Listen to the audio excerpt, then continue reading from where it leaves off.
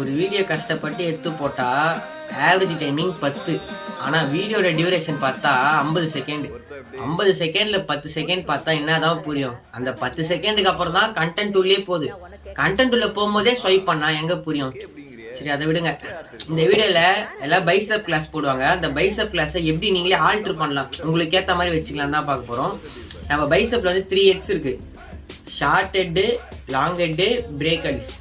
இப்போ உங்க பாடிக்கு வந்து பிக் ஃப்ரண்ட் ஆஃப், நீங்க இந்த ஆங்கிள் இருந்து போறது எல்லாமே பிரைமரியா உங்க ஷார்ட் ஹெட் டார்கெட் பண்ணும். இந்த ஆங்கிள் இருந்து இப்போ அதுக்கு வந்து barbell curl, dumbbell curl, Z bar curl அதெல்லாம் வந்து.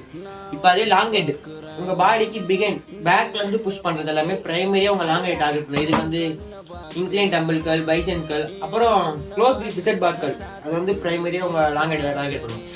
நெக்ஸ்ட் வந்து பிரேக் எலிஸ், அது வந்து neutral grip and reverse grip. நீங்க நியூட்ரா ஹேமர் கர்ல், கிராஸ் பாடி ஹேமர் கர்ல், அப்புறம் ரிவர்ஸ் கர்ல் அதெல்லாம் வந்து பிரைமரியா உங்க பிரேக் எலிஸை டார்கெட் பண்ணும். இந்த ஒன் திங் தெரிஞ்சா உங்களுக்கு ஏற்ற கிளாஸை நீங்களே ஆல்டர் பண்ணிக்கலாம். உங்க ஒரு பைசப் கிளாஸ்ல 3 ஹெட் இருக்கு, அந்த 3 ஹெட்டுக்கு நீங்க எந்தெந்த கிளாஸ் ஆல்டர் பண்ணிக்கலாம். ஆனா ஒரு கிளாஸ் எடுத்தா அது ஒரு ரிப்பீட்டிவா ஒரு 5 மந்த்தா ட்ரெயின் பண்ண பாருங்க. கிளாஸை சும்மா மாத்தாதீங்க. நன்றி ஃபிக்ஸ்.